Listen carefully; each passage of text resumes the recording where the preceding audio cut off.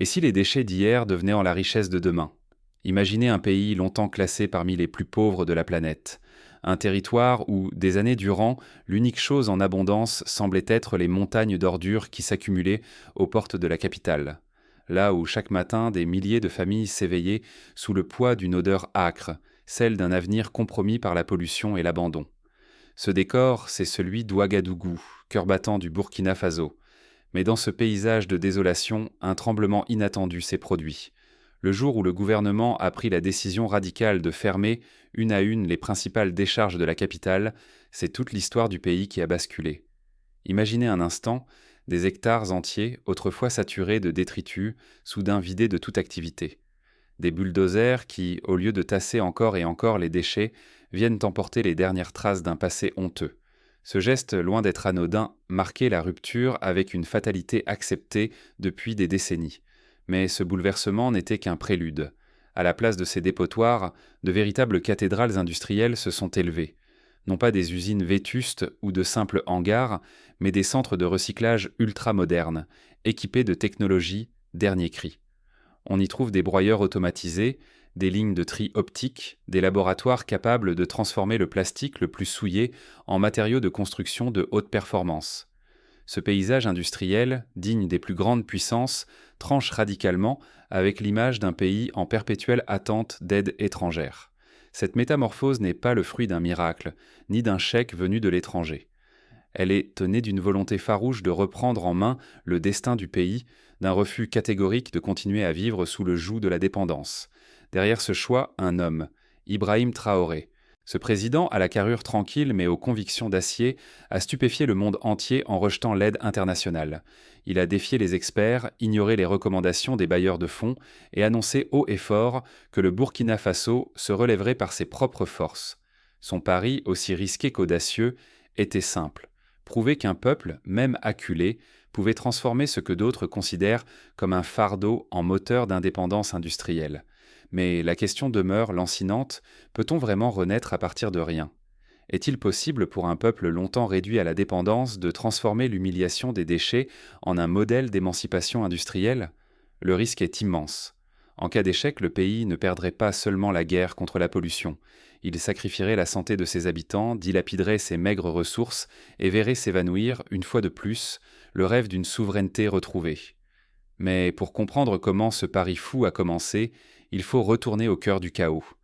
C'est dans les décharges de Ouagadougou, noyées sous des kilomètres de plastique, de ferraille, de déchets organiques, que la première étincelle a jailli.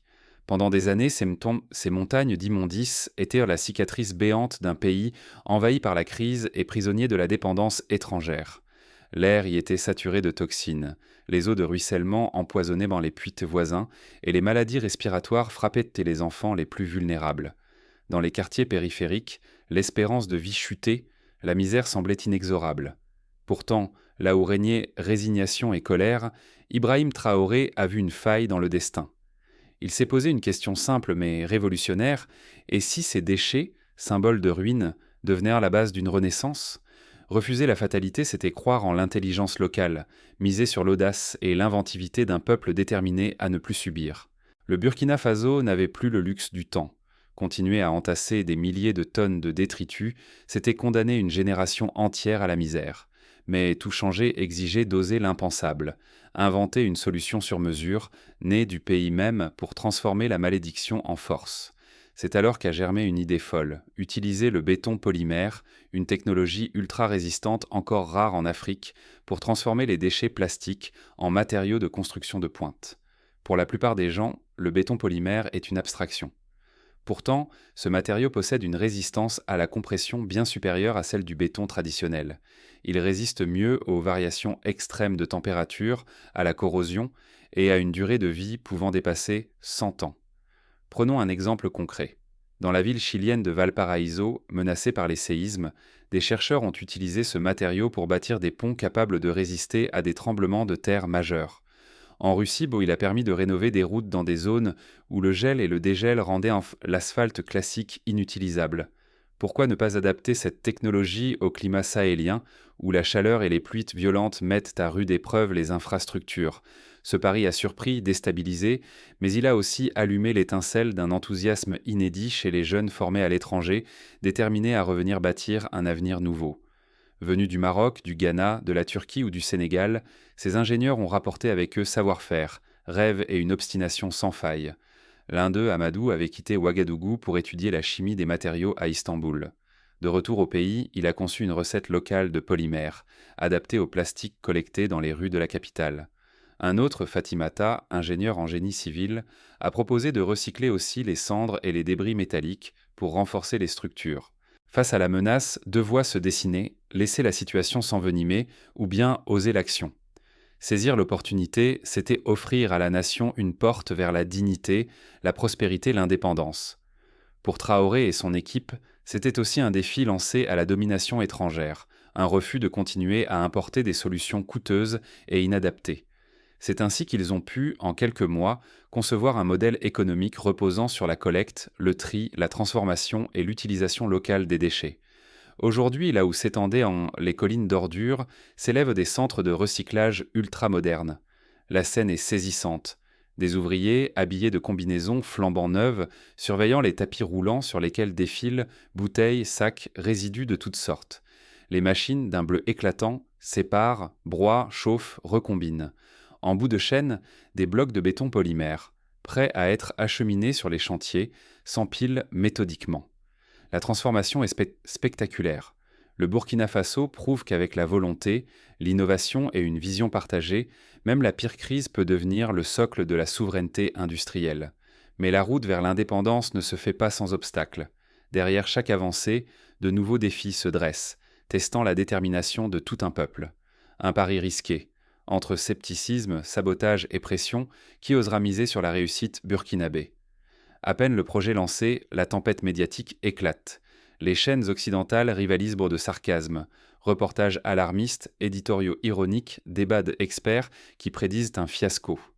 On évoque l'utopie naïve, le rêve voué à s'effondrer.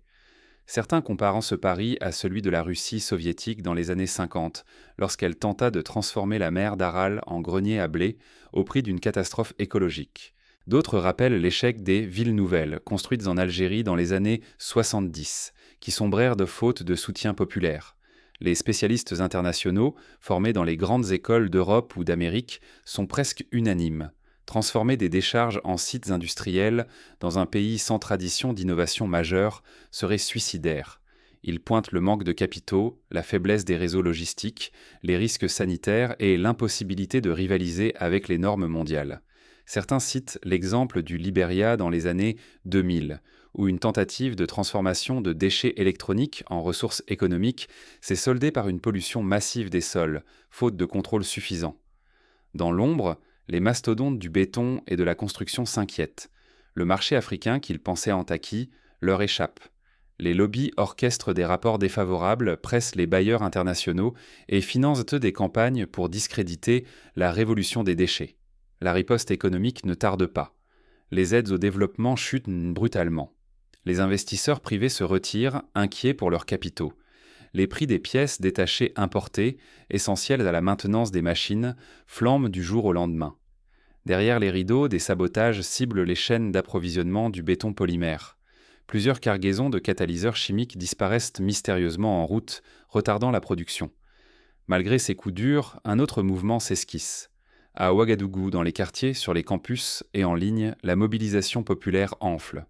Les jeunes, surtout, voient dans ce pari une occasion historique de prouver que l'Afrique peut innover sans tutelle étrangère.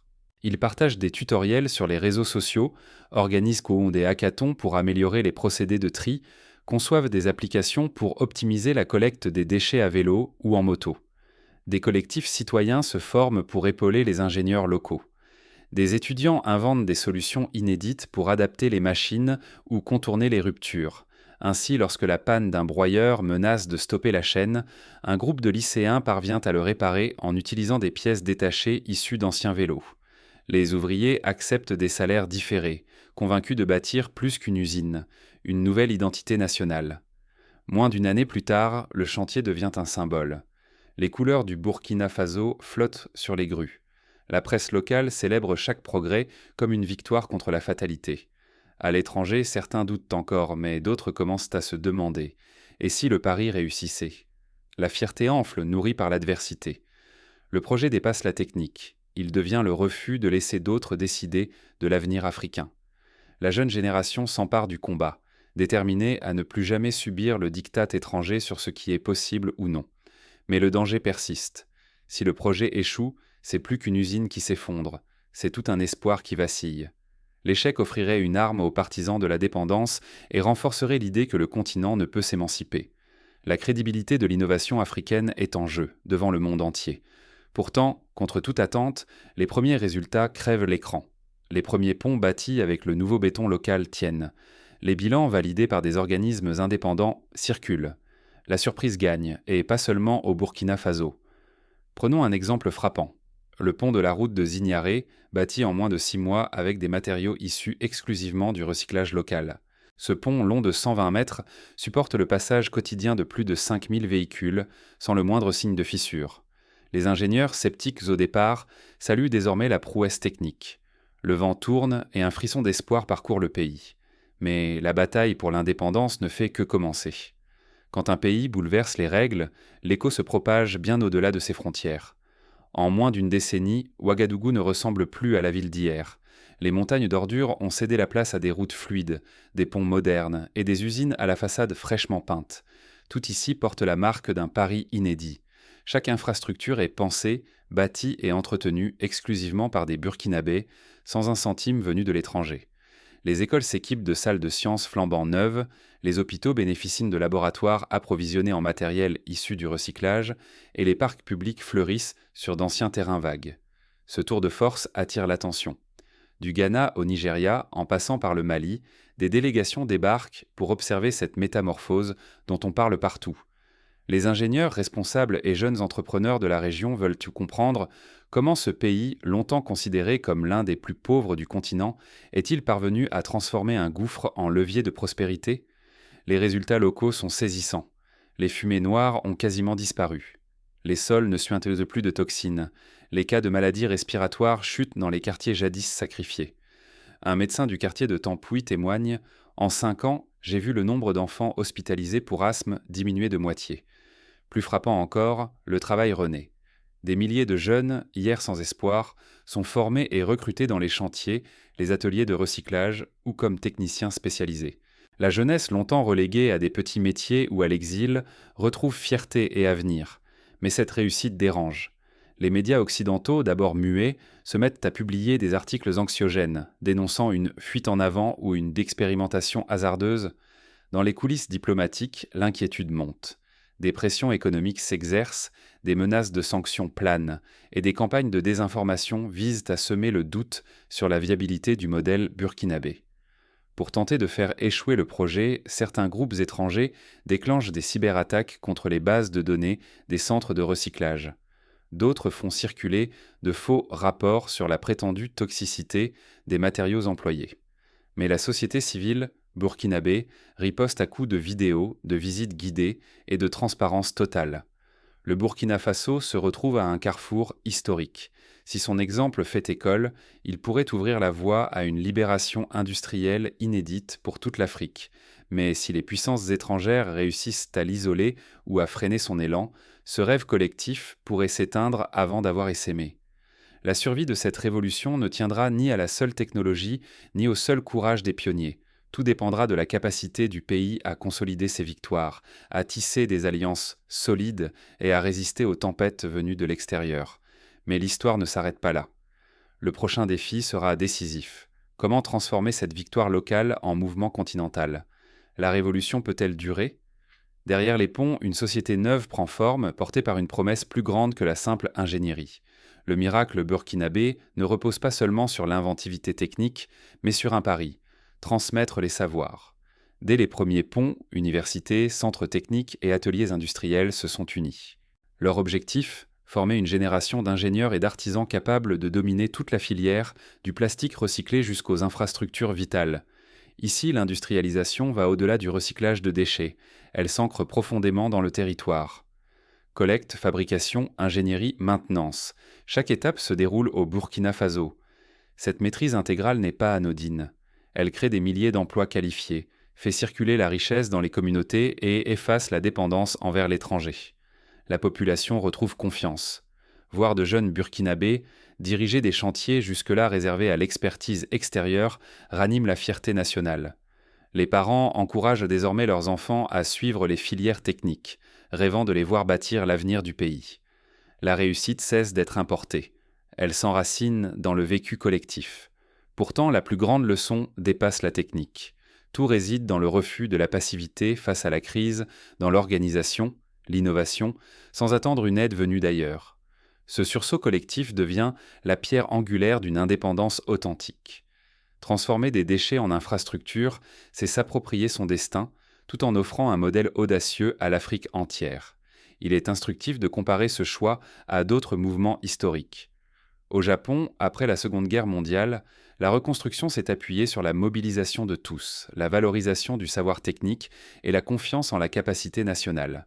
À Singapour, dans les années 60, le gouvernement a misé sur la formation locale et le recyclage des ressources limitées pour bâtir l'un des ports les plus performants du monde. Le Burkina Faso s'inscrit dans cette lignée de peuples qui, confrontés à l'adversité, ont osé croire en eux-mêmes. Mais la flamme pourrait vaciller.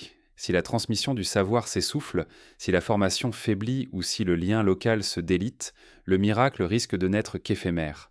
La vigilance s'impose. Sans enracinement et renouvellement des compétences, la révolution pourrait s'éteindre aussi vite qu'elle a surgi. Reste une interrogation cruciale. Jusqu'où cette révolution peut-elle aller et comment garantir qu'elle profite durablement à tous ? Derrière l'euphorie, certains défis émergent. Ressources limitées, risques de récupération politique, menaces extérieures. Comment le Burkina Faso peut-il consolider ses acquis et résister aux pressions ? La réponse passe par des choix stratégiques. Premièrement, renforcer les filières de formation en multipliant les partenariats entre universités et entreprises. Deuxièmement, protéger la filière contre la corruption et la monopolisation, en assurant une transparence totale sur les contrats et les recrutements. Troisièmement, diversifier les débouchés du béton polymère, en l'utilisant pour bâtir non seulement des routes et des ponts, mais aussi des logements sociaux, des écoles et des infrastructures agricoles. L'impossible n'est qu'une frontière à repousser. Ce que le Burkina Faso vient d'accomplir force l'admiration. En quelques années à peine, un peuple longtemps perçu comme pauvre et dépendant a démontré que l'audace et l'unité peuvent élever des montagnes d'ordures en fondation d'indépendance. Au lieu de subir un héritage toxique, le pays a choisi de se réinventer. Les décharges, jadis symboles d'abandon, sont devenues des laboratoires d'idées, où l'innovation locale trace une voie nouvelle vers la souveraineté. Le pari d'Ibrahim Traoré et de son peuple était spectaculaire. Rejeter l'aide extérieure, affronter des intérêts enracinés, miser sur des technologies conçues sur place. Peu y croyaient. Pourtant, ce choix radical a ouvert une brèche inattendue. En reprenant le contrôle de ses ressources, le Burkina Faso a brisé le cercle vicieux de la dépendance. Les matières issues du recyclage, transformées par des ingénieurs formés localement, servent désormais à bâtir routes, ponts et logements. Chaque kilo de plastique collecté redéfinit la valeur du travail local et nourrit une économie nouvelle. Mais au-delà du béton et du bitume, c'est la dignité qui renaît. Des milliers d'emplois sont apparus. Des familles, autrefois enfermées dans la misère, vivent dorénavant de leur savoir-faire. La santé publique progresse, l'environnement respire, et surtout, une jeunesse confiante ose croire en son potentiel. Le monde observe, parfois avec scepticisme. Comment un pays qualifié de pauvre, privé de moyens, a-t-il accompli ce que tant d'autres n'osent même pas envisager ? La réponse est là, sous nos yeux. Le contrôle de ses ressources, l'audace de refuser la fatalité et la mobilisation populaire peuvent bouleverser l'ordre établi. Ce qui se joue dépasse le seul avenir du Burkina Faso. C'est la capacité de chaque peuple à se redresser, à ne plus subir son destin, mais à le forger de ses mains. L'histoire de Ouagadougou n'a rien d'une exception. Elle devient un modèle, une invitation à transformer nos faiblesses en levier d'émancipation. Chacun, où qu'il soit, peut s'inspirer de ce courage. Les défis de demain ne seront pas relevés avec passivité ni résignation. Ils exigeront l'inventivité collective et la certitude que l'impossible n'est qu'une question de perspective. Regardez autour de vous. Quels déchets, quelles ressources, quels potentiels attendent d'être révélés ? À Ouagadougou, ils l'ont fait. Et vous, qu'oserez-vous transformer?